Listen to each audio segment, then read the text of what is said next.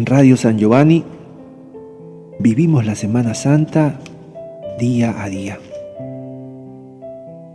Jueves Santo, por la mañana.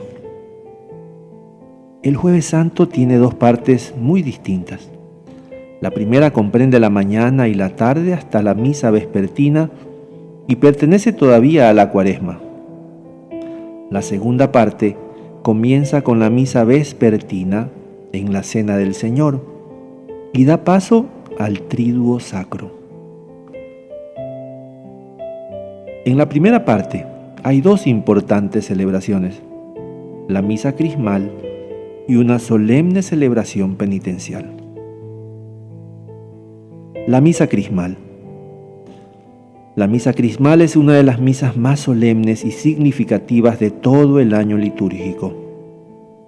El obispo, rodeado de muchos de sus sacerdotes, concelebra en la catedral la misa en la que los sacerdotes renuevan sus compromisos sacerdotales y el pueblo es invitado a rezar por ellos.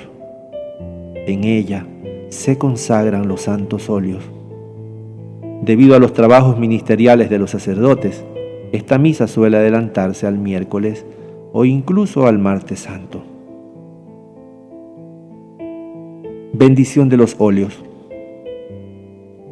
Los santos óleos son tres: el óleo de los catecúmenos, el óleo de los enfermos y el santo crisma. Óleo es una palabra castellanizada derivada del latín que significa aceite. Los tres óleos están compuestos de aceite de oliva puro. El crisma lleva, además, otros aceites naturales aromáticos. No se trata de una composición caprichosa, sino que encierra un profundo simbolismo. El aceite ha servido siempre en la cultura mediterránea como ungüento que da fuerza al cuerpo y cura las heridas. Los aromas remiten a un buen olor que un cristiano debe dar con sus palabras y obras. El más importante de los tres óleos es el crisma, que se usa sobre todo en el rito del bautismo y en la confirmación. Al ser derramado sobre la cabeza del que acaba de ser bautizado con agua, se pone de manifiesto que el cristiano ha sido hecho para siempre profeta, sacerdote y rey. En la confirmación el cristiano es ungido con el crisma, mientras el ministro dice: recibe por esta señal el don del Espíritu Santo. Cada vez que se efectúa una unción crismal, se hace referencia a Cristo, que en griego significa consagrado por la unción. En el Antiguo Testamento eran ungidos los sacerdotes, los reyes y alguna vez los profetas.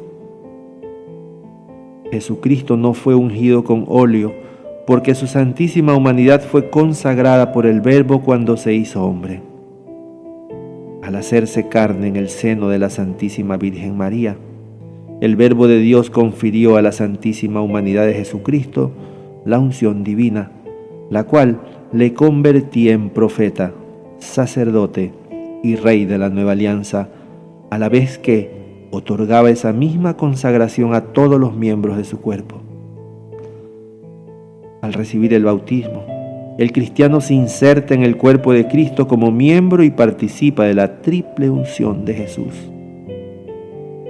Cuando más tarde recibe la confirmación, el Espíritu Santo le insertará más fuertemente en el cuerpo de Cristo y reforzará su condición profeta, sacerdotal y regal. El santo crisma se usa también en la consagración episcopal y en la ordenación del presbítero. El sacerdote es ungido en sus manos para simbolizar que esas manos ya no serán suyas, sino de Cristo, cuando realice su función sacerdotal, especialmente cuando tome en ellas el cuerpo eucarístico y cuando las levante para impartir la absolución a los penitentes y para bendecir a los fieles. El obispo, como tiene ya consagradas las manos, es ungido en la cabeza como lo era el sumo sacerdote de la antigua alianza. De este modo se simboliza que recibe la plenitud del sacerdocio. Los santos óleos se renuevan cada año y se usan desde ahora hasta el próximo Jueves Santo. La costumbre de bendecirlos este día obedece a que, desde los primeros siglos, la Iglesia celebra los sacramentos de la iniciación cristiana con adultos en la vigilia pascual y quiere poner de manifiesto que esos sacramentos brotan de la muerte y resurrección del Cristo.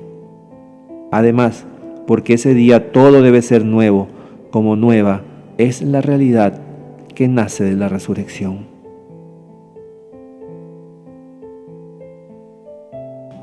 La fiesta del sacerdocio.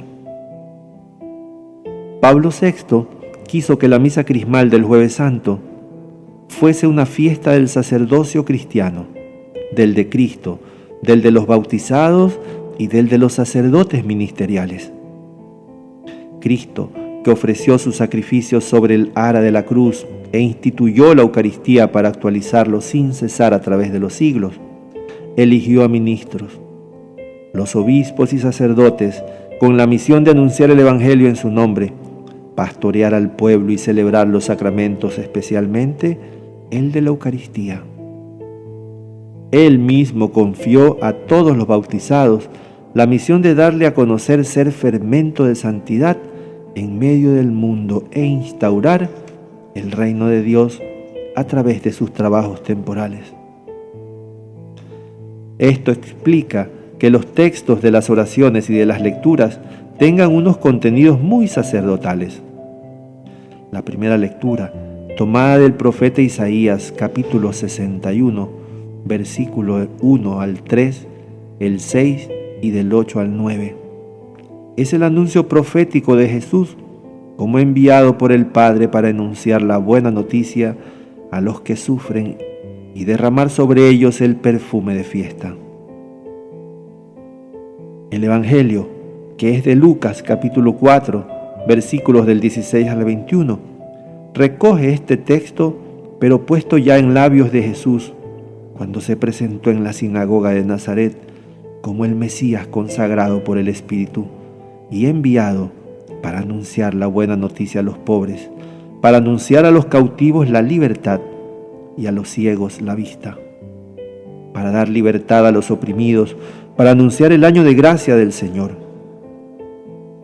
La segunda lectura, tomada del Apocalipsis capítulo 1, versículos del 5 al 8, completa el cuadro con un texto en el que proclama que Jesucristo, además de habernos librado de nuestros pecados por su sangre, nos ha convertido en un reino y nos ha hecho sacerdotes de Dios, su Padre. No se puede decir con más fuerza y claridad que todos los bautizados participan del único sacerdocio de Jesucristo. Todas estas ideas vuelven a repetirse en el prefacio, pieza de gran contenido sacerdotal y hondo lirismo. No es exagerado afirmar que constituye un mini tratado sobre el sacerdocio hecho oración. Pocos textos muestran con tanta fuerza y claridad que la ley de la fe es la ley de la oración, es decir, que la fe que celebramos determina la fe que profesamos y viceversa. El prefacio tiene 3 partes. La primera proclama que el Padre, por la unción del Espíritu Santo, ha constituido a su único Hijo pontífice de la alianza nueva y eterna, y determinado en su designio salvífico perpetuar en la Iglesia su único sacerdocio. En otras palabras, canta que el sacerdocio de Jesucristo tiene su origen en el designio trinitario de salvar a los hombres en Cristo Redentor. La segunda confiesa que Jesucristo ha conferido el honor del sacerdocio real a todo su pueblo santo. Es decir, que la Iglesia es un pueblo enteramente sacerdotal, donde todos sus miembros participan del sacerdocio de Cristo. Sin embargo, no todos participan del mismo modo, porque Él mismo ha elegido a hombres de ese pueblo para que, por la imposición de las manos, participen de su sagrada misión. Es decir, Cristo ha establecido que sólo algunos bautizados reciban, por medio del sacramento del orden o de la imposición de manos, el sacerdocio ministerial. La tercera describe la función para la que han sido elegidos y consagrados los sacerdotes ministeriales. Primero, renuevan en nombre de Cristo el sacrificio de la redención, la Eucaristía. Segundo, preparan para tus hijos el banquete pascual, o sea, el pan eucarístico.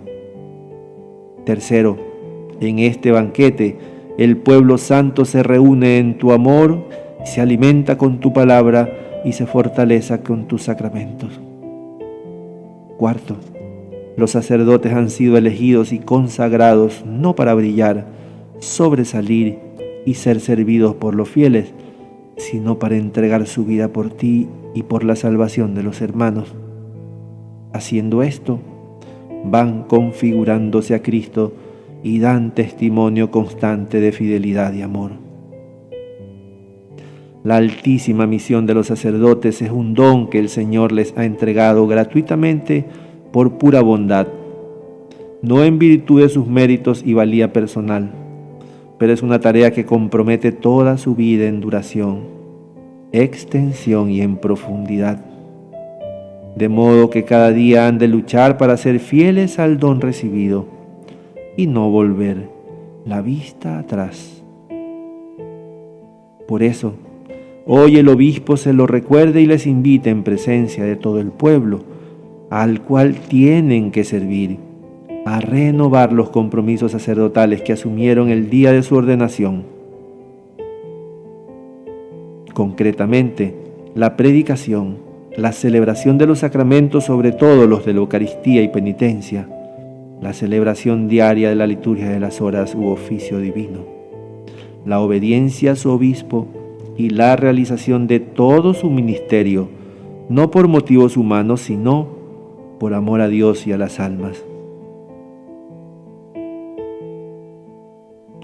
Todos somos conscientes tanto de la dificultad que esto conlleva, como de los frutos, buenos y malos, que dependen de que los sacerdotes respondan o no a su vocación con la alegría y total entrega que reclama su altísima misión.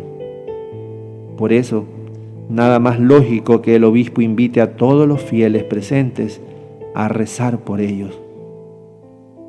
Orad por vuestros sacerdotes, para que el Señor derrame abundantemente sobre ellos sus bendiciones, de modo que sean ministros fieles de Cristo, sumo sacerdote, y os conduzcan a Él, única fuente de salvación.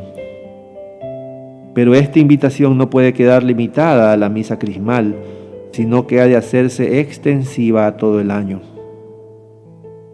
Un momento muy adecuado es la Santa Misa. Siempre que participamos en ella, deberíamos pedir al Señor que los sacerdotes sean santos y alegres, como decía San José María Escrivá, y que envíe abundantes vocaciones al sacerdocio. Es claro, si uno piensa que Dios le llama por ese camino o conoce a alguna persona que dé signos de vocación, lo más conveniente es hablarlo con un buen sacerdote y seguir sus orientaciones. La celebración penitencial. Desde los primeros siglos, el Jueves Santo fue el día de la gran reconciliación de los penitentes. En algunos lugares, como en España, esta tenía lugar el Viernes Santo, en el momento en el que Jesucristo expiraba en la cruz. Los fieles se habían preparado a lo largo de toda la Cuaresma para celebrar la vigilia pascual y sabían que esa participación no sería plena si no participan en la celebración de la Eucaristía y recibían la comunión sacramental como hacían los que recibían el bautismo. Estaban en lo cierto, porque si no hay una muerte real al pecado y una resurrección real a una nueva vida, no celebramos la verdad de la Pascua. Podremos hacernos presentes y realizar más o menos cosas en las celebraciones, pero nos quedaremos en el umbral del misterio. No entraremos en él, sin un morir verdadero al pecado y un resucitar también verdadero a la vida de la gracia que brota de la muerte y resurrección de Jesucristo. Por eso, la Iglesia procedía el jueves a reconciliar a los penitentes para que así pudieran recibir la Eucaristía. Con el paso del tiempo, desapareció esa costumbre. No obstante, los fieles confesaban y comulgaban durante la Cuaresma y el tiempo de Pascua. Sin embargo, la progresiva secularización y el enfriamiento e ignorancia religiosos han supuesto que muchos cristianos se hayan alejado de estas costumbres y no se acerquen a confesar, aunque sean conscientes de estar alejados de Dios. Puede darse incluso que, más por ignorancia que por mala fe, algunos se acerquen a comulgar en la vigilia de Pascua sin haber hecho previamente una buena confesión. La Iglesia, que es madre y maestra, conoce bien esta situación y, como tiene memoria histórica, no ha olvidado lo que vivió en otros momentos de su vida y fue positivo para la vida cristiana de sus hijos. Por este motivo, en un documento reciente, el 16 de enero de 1998, ha indicado que es muy conveniente que el tiempo de Cuaresma termine tanto para cada uno de los fieles como para toda la comunidad cristiana, con alguna celebración penitencial que prepare a una más plena participación en el misterio pascual. Esta celebración tendrá lugar antes del Triduo Pascual y no precederá inmediatamente a la misa vespertina en la Cena del Señor. El Jueves Santo por la mañana es un momento sumamente oportuno. Confesarse, pues, el mejor camino para entrar en el gran momento de la Pascua. El Señor nos invita a hacerlo. ¿No podremos además invitar a algún pariente, a algún amigo o a algún conocido a que haga lo mismo? Esta es quizá la mejor limosna que podemos hacerles, sobre todo si están muy alejados del Señor. Dios cuenta con nuestra audacia para realizar sus milagros.